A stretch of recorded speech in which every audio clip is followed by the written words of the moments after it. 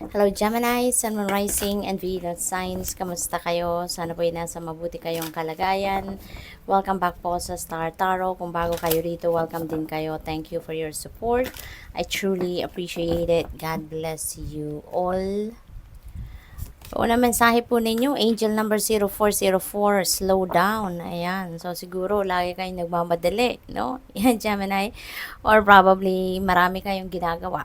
Kaya talagang kailangang i-rush, no? Ang mga bagay-bagay. But, siguro nga, no? Kailangan ninyo ng balanse dito. Kasi, maaaring maraming bagay din ang nanineglect na ninyo, maraming bagay na yung hindi ninyo nabibigyan ng pansin, no? Kasi maybe focus lang kayo on few things, maaaring ganun. Kaya balance is being asked of you dito na ibalik ninyo yon.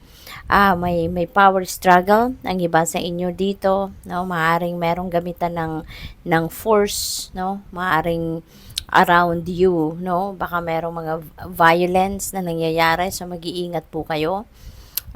Keep your hope and faith alive lagi, no? At lagi lang umasa na things are going to be all right, no? Maaaring ang iba sa inyo siguro, Gemini, baka nasa position of authority kayo, no? Baka nasa mataas na position kayo sa inyong trabaho. Probably ganun ang ganap. There is also ancestors, no? Siguro na talagang lagi namang gumagabay sa inyo. Lagi mo silang pinagdadasalan, no? Maaaring ganun. So, ayan, siguro busy talaga kayo. Restlessness, no? Low vibe, no? Yun kayo. Kaya kailangan ninyo ng balanse. Sabi dito, pay close attention to the people in your life, your surroundings, and your physical health. Kasi yun na nga, no? Gemini, very obvious dito na talagang marami kayong pinagkakaabalahan. Kaya maaaring pati yung mga tao sa paligid ninyo, mga mahal ninyo sa buhay, lalong-lalo na, maaaring hindi nyo na sila napapansin or maybe hindi nyo na sila nabibigyan ng panahon, no? And even your surroundings at saka yung kalusugan ninyo. Okay? This is a very important reminder to take care of yourself. Okay? Pansinin ninyo yung inyong yung pangangailangan ninyo, no? Don't freak out. It's just a warning to be careful and awake to avoid any further issues. Ayan, para hindi na dumami pa yung problema, para hindi na dumami pa yung mga imbalances, no, na magmamanifest. Communicate clearly as well and keep healthy boundaries. Yan. So, napaka-importante din nun na i-observe ninyo yun lalong-lalo na sa inyong mga relationships, no? Kahit anong kategory ng relationship. You have 1234. Wow, good luck. Yan, ang swerte ninyo, no? Dito meron kayong ancestors na laging nakabantay sa inyo. Dito naman, spirit guides, no? Yung mga spirit guides ninyo, laging nandiyan dyan, nakabantay din sa inyo or lagi kayong ginagabayan, lagi kayong tinutulungan, no?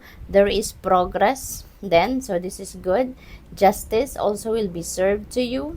Maaaring merong mga pagbabago, no, or pagme-maintain ng structures, ng systems na ginagamit ninyo or whatever it is that you're dealing with, conditioning and rules. Ayan. So, sabi dito, you are on the right track. Okay? Huwag ninyong pagdudahan.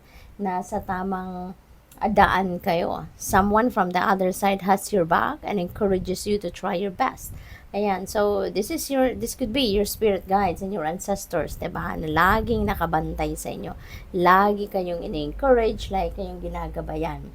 You will succeed. Wow, definite, no? Walang iba pati. You will succeed. So, napakagandang pangako ito sa inyo or guarantee sa inyo. Magtatagumpay kayo. So, observe your surroundings and communicate clearly. Okay? Parang yun din, no? Communicate clearly. Then, so, siguro talaga hindi rin kayo masyado nakikipag-usap, no? Or siguro hindi talaga kayo, maybe you are just really focused on what you are doing. Talaga, kung ano yung business ninyo, talagang you're just minding your own business at saka hindi talaga siguro kayo nagkakaroon ng panahon or pagkakataon dito na makipag-communicate sa iba, walang masyadong interaction siguro with other people, no? So, be sure that everything will fall to pieces. Ayan. So, may swerte, no? Good luck. What else?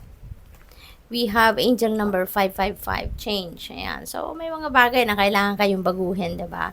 communication-wise, yung ganon. At saka, pakikipag-usap, no, sa mga tao, sa paligid ninyo, pag-maintain ng inyong physical health, yung ganon. So, those are just a few, no, that needs change.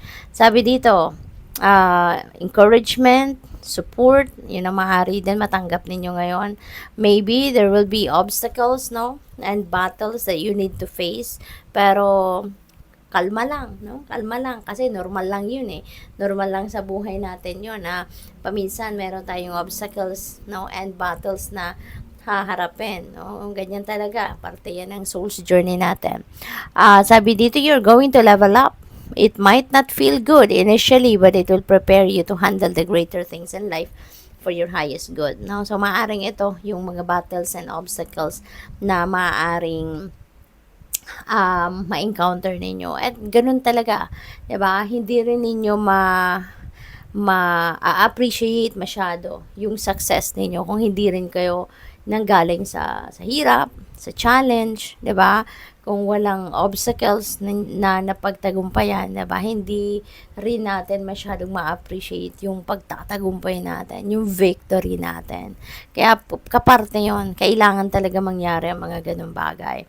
That's in the why you've been looking for. Push through it. There's a reward waiting at the finish line. Ayan. So, it's going to be a beautiful reward, 'di ba? Kasi unang-una, magtatagumpay kayo. 'Di ba? Pangalawa, marami kayong matututunan, no? At yung mga learnings na yan, yung wisdom na yan, magagamit nyo yan, no? Sa future journey ninyo, no? Kasi, yung mga challenges na yan, that is in preparation, 'di ba? For bigger challenges pa, 'di ba? Pinapatatag na kayo sa ngayon, pinapalakas ng inyong loob, 'di ba? Kasi para handa kayo, no, sa kahit anuman na maaaring mabigat, no, mas mahirap na mga challenges in the future. What else? We have 9 of Wands. Ayan. So, boundaries, no?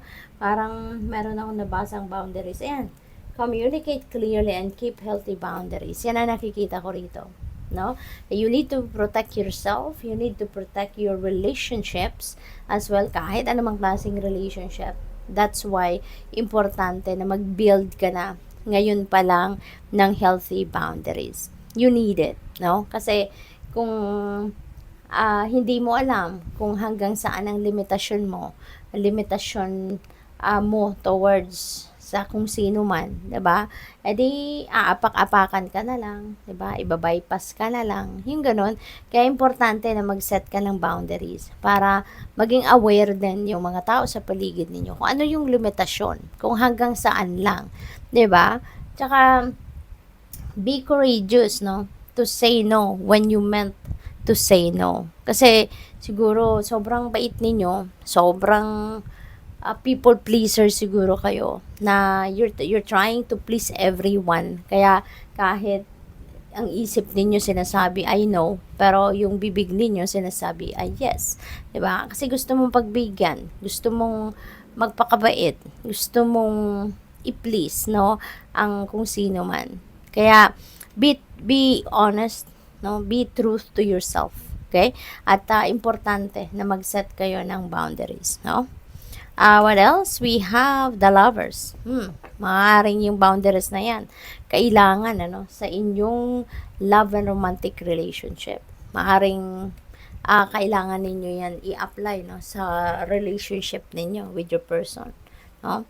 So, pwedeng ganun. For others of you, there's union dito. So, siguro meron dito mag-aasawa. Magpapakasal na. Yung ganon, no? So, yun ang napipick up ko dyan. Or baka, ang iba sa inyo rito is going to enter a new love and romantic relationship. Baka merong mabubuong bagong love connection between you and another person. We have 8 of Wands. Ayan. So, may travel si Gemini. No? So, siguro travel ito na impromptu. Siguro hindi ito planado. Hindi ninyo sukat akalain na magta-travel kayo, no? Pero you are going to, no? So, maaaring ganun ang ganap dito. And, maaaring biglaan talaga yung travel. Baka, kunyari, sasabihin sa inyo sa ngayon, no? Ngayon na, 'di ba? Ngayon na din, ngayon sasabihin sa inyo na ngayong na kayo din magta-travel, 'di ba? Baka same day travel ito, no? Same day flight, yung ganon. So, good luck sa'yo at mag-iingat po kayo. This is also a fast-moving energy. Kaya maaaring kung meron man mga delays na pinagdadaanan ng iba sa inyo, no, that will be lifted na from here on and things are going to progress. We have King of Pentacles, napakaganda. No? Lalo-lalo na pagdating sa pera, trabaho, career, negosyo. Kasi si King of Pentacles, ano na siya eh, yayamanin na. This is a wealthy man. No? This is a wealthy person na nasa tugatog na siya ng tagumpay. No? Very successful na siya in terms of money, career, and finances. Kaya he's living a very comfortable life. No? Kaya maaari ang iba sa inyo, Gemini, ganun na kayo. Nasa ganung posisyon na kayo, na nasa mataas kayo na posisyon sa inyong trabaho. No? Baka ano ka na, manager, mga ganun, lead, baka CEO ka na, or baka marami talaga kayong ipon na secure mo na yung inyong financial future, successful business, no? Maaring may mga ganun na kayo at marami na kayong investments, no? Siguro ganun na kayo. Or kung hindi man, baka ito yung wino-work on ninyo. Baka ito yung pinagtatrabahuan ninyo at pinagsisikapan because you want to experience the life of King of Pentacles, no? So baka ito yung goal ninyo, no? And yan ang pinagsisikapan ninyo. So good luck sa iyo. Pwede rin, ano, na ang iba siguro sa inyo dito magiging tatay na din. No? May na-pick up lang akong ganun. We have Queen of Pentacles. So, meron tayong King, meron tayong Queen. No? So, balance. No? Parang meron dito kaninang balance. So, yan. Balance. So, this is being asked of you talaga, Gemini. I-balance ninyo ang buhay ninyo. I-balance ninyo ang mga bagay-bagay, no? Pangyayari sa buhay ninyo. Importante, no? Importante yon. Kasi kahit marami kayong kailangan gawin, kahit marami kayong obligasyon, responsibilidad, trabaho, you know, when everything is in balance, walang problema, no? You would be able to look after yung iba't ibang parte ng buhay ninyo. Wala kayong maniniglect and everything will be okay. 'Di ba? Kaya balance ang kailangan ninyo. Maaari din ang iba sa inyo kung dito si King of Pentacles, ang iba siguro magiging tatay na, dito naman baka magiging nanay na, or maybe talagang tumatayo kayong bilang nanay talaga ng pamilya, no? Pwede rin, no? Na-pick up ko lang din dito, baka ang iba sa inyo dito mayroong single parent dito na you are assuming the role of a mother, and at the same time you're assuming the role of being a father of the family. So yun, kudos to you kasi hindi madali ang trabaho ninyo, hindi madali yung responsibilidad ninyo na meron kayo, no? For others of you, then dito, this is also abundance and prosperity energy, just like King of Pentacles. So, most likely, no, maswerte kayo, lalo-lalo na pagdating sa pera. Marami sigurong financial blessings or financial opportunities ang dadating dito na magdadala sa inyo ng marami pang financial blessings.